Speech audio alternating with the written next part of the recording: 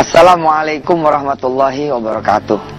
Pemirsa yang dirahmati Allah, barangkali tidak semua di antara pemirsa semua adalah orang-orang yang sedang happy hatinya. Barangkali ada di antara Anda semua ada yang sedang berduka. Duitnya diambil orang, ditipu, hartanya dibawa kabur orang, hilang jabatan, pekerjaan, karir jatuh, rumah tangga hancur-hancuran, utang di mana-mana. Jangan khawatir. Innallaha ma'ana. Allah sedang bersama kita. Apabila ada kesusahan yang saat ini sedang mengiringi saudara semua, sesungguhnya itu tanda-tanda dari Allah Subhanahu wa taala bahwa Allah merindukan saudara untuk kembali kepada Allah, menjadi hambanya yang saleh, yang beriman, lagi bertakwa. Bagaimana kita menyelesaikan persoalan-persoalan hidup kita semua. Tapi mari kita sama-sama mendengar bacaan murattal dari Syekh Muhammad. Mudah-mudahan ini bacaan pun bisa mengundang wasilah pertolongan dari Allah Subhanahu wa taala. Silakan. A'udzu billahi minasyaitonir rajim. وَالَّذِينَ آمَنُوا وَعَمِلُوا الصَّالِحَاتِ أُولَئِكَ أَصْحَابُ الْجَنَّةِ أصحاب الجنة هم فيها خالدون وإذ أخذنا ميثاق بني إسرائيل لا تعبدون إلا الله وبالوالدين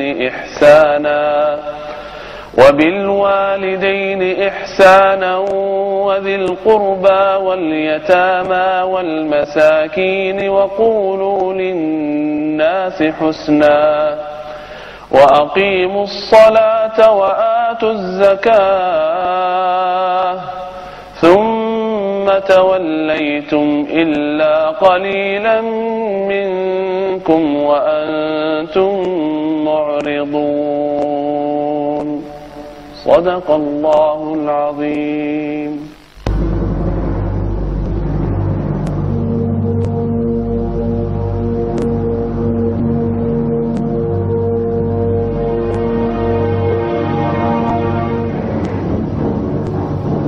Mereka yang katanya teman-teman Papa itu tidak mau terima telepon dari Papa karena mereka tahu, Ma, Papa akan minta tolong pada mereka. Sabar ya, Pak. Papa nggak coba telepon teman yang lain. Cukup, Ma. Papa tidak mau. Papa tidak mau lebih mempermalukan diri Papa lagi. Papa juga nggak tahu harus mencari pertolongan kepada siapa lagi. Tapi yang jelas, tidak kepada mereka yang katanya teman sepenanggungan. Teman macam apa itu? Di saat kita lagi butuh, semuanya pada kabur, pada ngilang. Di telepon pun gak ada yang mau ngangkat.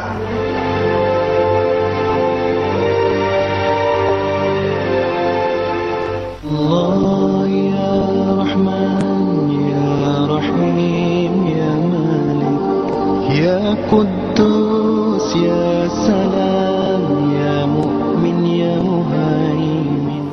Saya lihat kondisi Pak ya.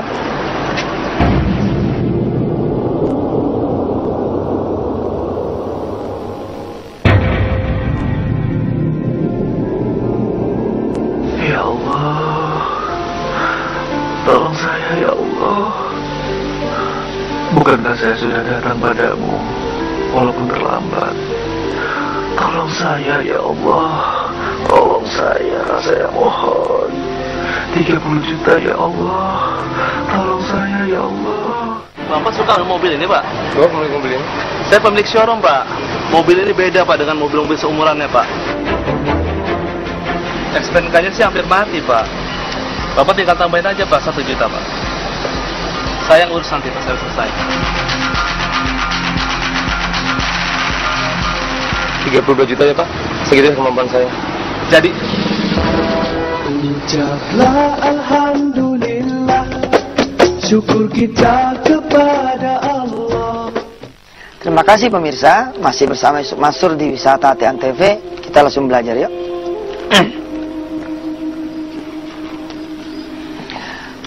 Pertama, saudara harus mengetahui apakah persoalan hidup saudara ujian atau azab. Kalau seseorang itu sifatnya adalah ujian, maka pintunya adalah pintu sabar. Walanabluwannakum bisyai'im minal khawfi wal ju'i wa naqsim minal amwali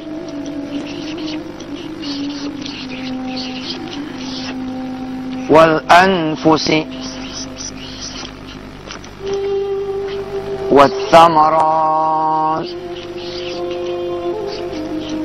Nah, di sini ada ujian dari Allah 5 perkara ya. Pertama, al-khauf wal ju' wal naqsim minal amwal wal anfus was thamarat. Anda akan dilanda kekhawatiran, ketakutan ya.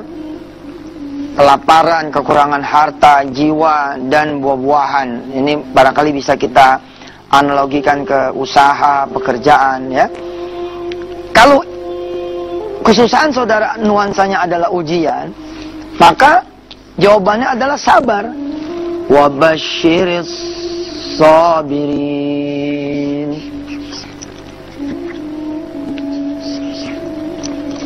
Saudara cukup bersabar, maka insya Allah akan berlalulah segala kesulitan itu.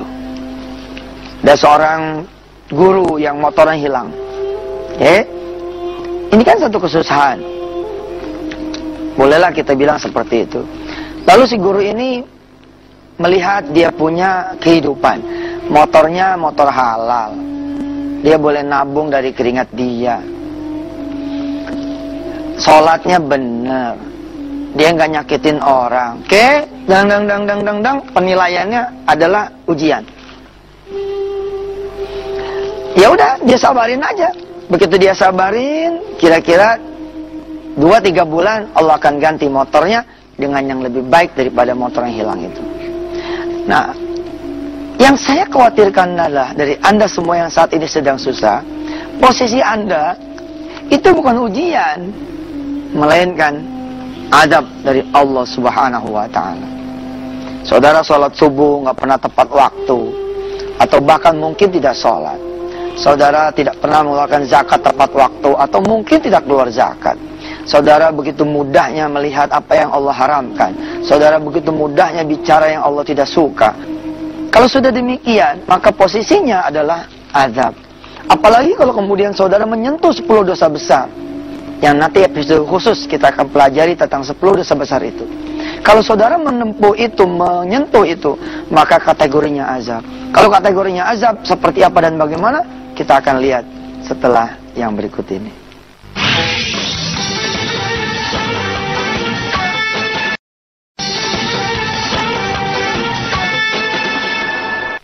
Alhamdulillah masih bersama Yusuf Mansur di acara kesayangan kita, Wisata Hati Antv.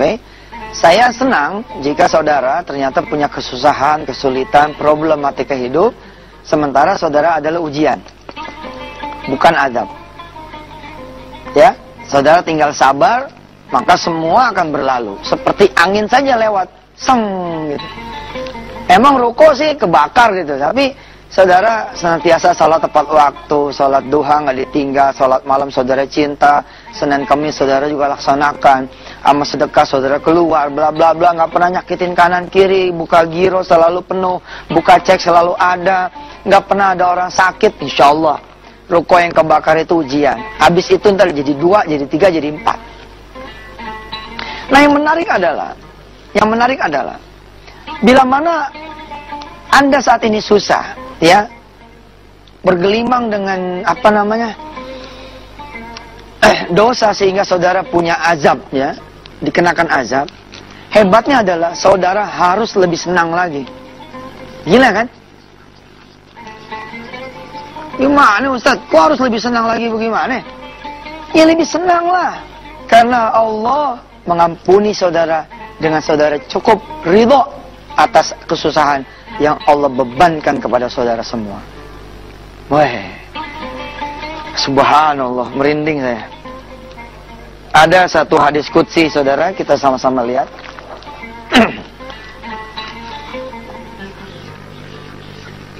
Wa man lam yashkur ala na'mai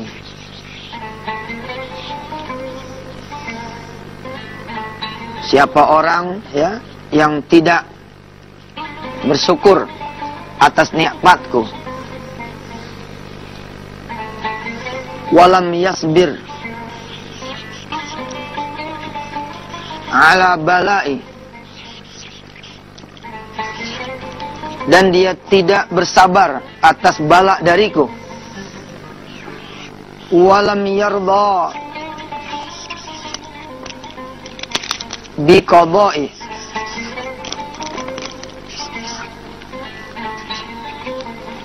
falyakhruj min tahti samai wal yatlub rabban siwai. Siapa orang yang tidak bersyukur atas nikmatku, tidak bersabar atas balaku, tidak ridho terhadap semua ketentuanku. Ini posisi saudara di sini nih. Udah saudara ridhoin aja. Saudara ahli zina, lalu kena prostat, ya sudah, ridho aja udah. Gimana? Daripada dihajar sama Allah nanti di alam kubur, ya mending di sini. Saudara ahli minum, lalu Allah kurangin penglihatan saudara. Ya sudah saudara ridho aja. Kalau memang ini adalah bukan bala yang sifatnya harus sabar, tapi harus ridho terhadap ketentuan Allah, ya sudah ridho aja. Daripada mata anda semua dihajar di neraka, tangan saudara dibikin pedok, dibikin stroke, ya saudara ridho. Kalau memang kerjaan saudara di dunia nginjak-nginjak orang, nyikut orang, lalu Allah kenakan azab, bukan ujian. Ujian saudara sabar, kalau azab saudara masuknya pintu tobat dulu. Pintu tobat, baru kemudian masuk pintu sabar. 2 kali lipat memang perjalanannya, tapi ya itu resiko anda semua. Walam yardha biqadai, dan saudara ridho terhadap ketetapanku. Kalau tidak, ini semua tidak saudara lakukan, tidak syukur. Alhamdulillah loh, kalau anda digecek sama Allah di dunia nih, harus bersyukur loh. Makasih Allah masih punya kesempatannya toh. Anda tinggal sabar, Anda tinggal ridho. Kalau tidak, kata Allah apa? Falyakhruj min tahti samai. Silakan kalian keluar dari langitku, wal yatlub rabban siwai, dan cari Tuhan selain diriku. Tuh, repot gitu. Nah, kenapa saya bilang saudara harus lebih senang lagi? Bila mana saudara sementara skornya adalah azab. Kenapa? Karena Allah bilang, Nabbi ibadi. Nabbi ibadi. Innani anal ghafurur rahim. Kabarkan kepada hamba-hambaku, sesungguhnya aku adalah Allah, Tuhan yang maha pengampun, lagi maha penyayang. La ilaha illallah. Pemirsa yang dirahmati Allah, terimalah kesusahan yang saudara sekarang ini hadapi. Bila mana ada hutang kemudian menghimpit, ya, kita punya badan yang membuat kita punya punggung bongkok-bongkok. Sementara saudara tahu, saudara tidak pernah kemudian mengerjakan sholat. Saudara lalai sholat tepat waktu. Saudara jarang berjamaah. Saudara tidak pernah ke masjid. Terima itu hutang dengan baik. Perbaiki diri saja. Nanti kita akan belajar ayatnya di segmen yang berikut. Perbaiki diri saja. Maka insya Allah, Allah akan menarik kembali. Allah akan tarik sehingga tegak lagi punggung kita. Lalu ketika kita berlalu itu azab, kita menjadi hambanya yang saleh. Begitu azan berkumandang, kita sudah berdiri di shaf yang pertama. Ketika kemudian menjelang subuh, orang-orang masih tertidur lelap, saudara sudah menyelesaikan 8 rakaat salat malam. Subhanallah. Maka insya Allah keadaan akan Allah balikan lagi, dan keadaan akan Allah pulihkan kembali, sehingga saudara masuk pada kategori yang kedua. Saudara adalah orang-orang yang diampuni Allah Subhanahu wa ta'ala. Setelah yang berikut ini, saya akan kabarkan berita gembira buat saudara-saudara semua, betapa Allah itu maha pengasih dan maha penyayang.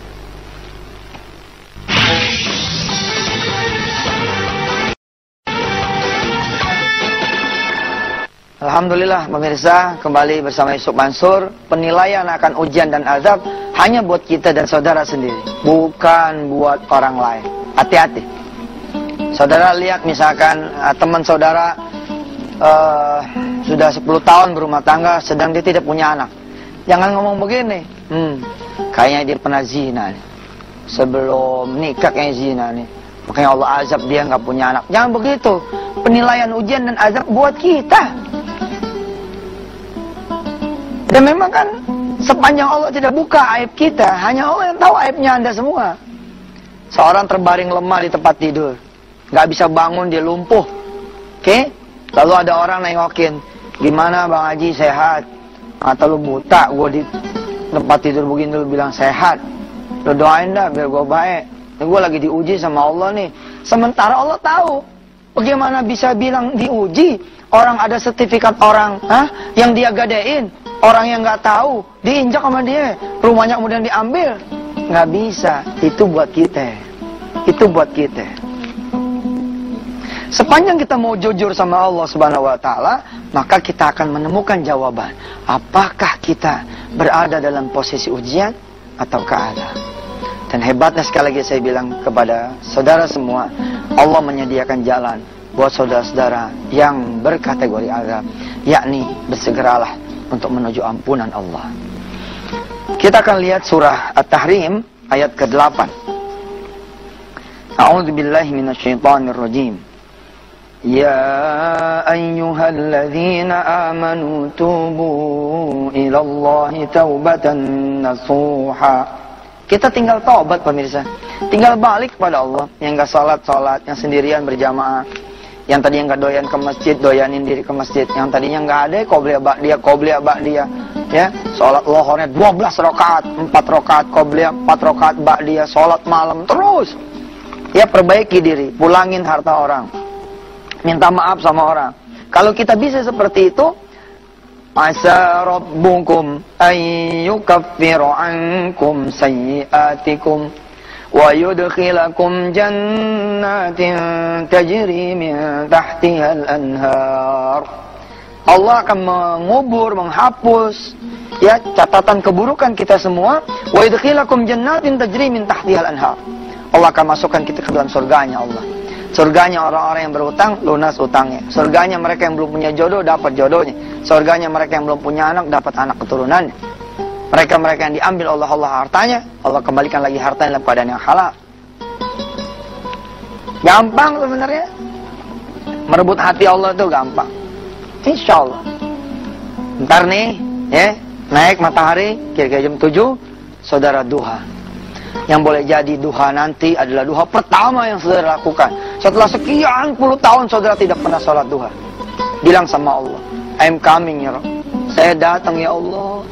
Saya datang membawa dosa-dosa saya ya Allah. Beres dah. Allah bikin beres insya Allah. Lohor saudara ambil mic, cekrek. Ya, insya Allah. Domelin sama masjid ente. Ambil mic. Ente azan maksudnya. Ya, ente pegang tuh mic, ente azan. Mungkin azan ini adalah azan pertama, ya. Dulu pernah, tapi ketika SMP, begitu umur udah 47, dihajar habis-habisan, saudara datang ke masjid, saudara azan. Allahu Akbar, Allahu Akbar. Saudara mungkin menangis. Sampai orang pada keluar dari rumahnya. Siapa sih itu yang azan penangis begitu? Allah sayang sama ente kembali kepada Allah. Ya, berlakulah ayat yang kita sama-sama tahu dari surah Al-Fajr punya ujung. Ya ayatuhan nafsul mutmainnah, irji'i ila rabbiki radiyatan mardiyah, fadkhuli fi ibadi wadkhuli jannati. Allah nggak pernah marah sama kita. Allah malah kangen. Malah kangen. Ente kejauhan sama Allah, Allah malah kangen. Nah, kangennya Allah itulah bentuk kesusahan yang saudara alami saat ini. Insya Allah kita kembalikan kepada Allah. Kita terima aja dulu nasib kita sekarang. Kita terima apa yang terjadi. Dan saya ingatkan kepada semua anda yang memang berkategori ujian, jangan sombong dan jangan menilai orang lain. Ini kajian buat kita sendiri. Mudah-mudahan Allah ampuni kita. Bismillahirrahmanirrahim. Rabbana ya Rabbana, zalamna anfusana wa illam taghfir lana wa tarhamna lanakunanna minal khasirin. Maafin saya, maafin kami, maafin kita semua ya Rabb. Begitu panjang percatatan dan perjalanan dosa-dosa kami ya Rabb. Itu banyaknya sudah yang kami lakukan dari kelalaian dosa dan maksiat kami padamu dan terhadapmu ya Rabb. Engkau begitu baik terhadap kami, tapi kami begitu durhaka kepadamu. Makasih Engkau masih memberikan kami kehidupan dan kesempatan untuk bertaubat dan memperbaiki diri kami. Mudah-mudahan kami adalah golongan orang-orang yang Engkau beri ampunan. Rabbana atina fid dunya hasanah wa fil akhirati hasanah wa qina adzabannar. Walhamdulillahi rabbil alamin. Insyaallah saudara, kapan-kapan kita kaji tentang 10 dosa besar. Saya Yusuf Mansur, jangan lupa tweet kami di @yusuf_mansur. Wassalamualaikum warahmatullahi wabarakatuh.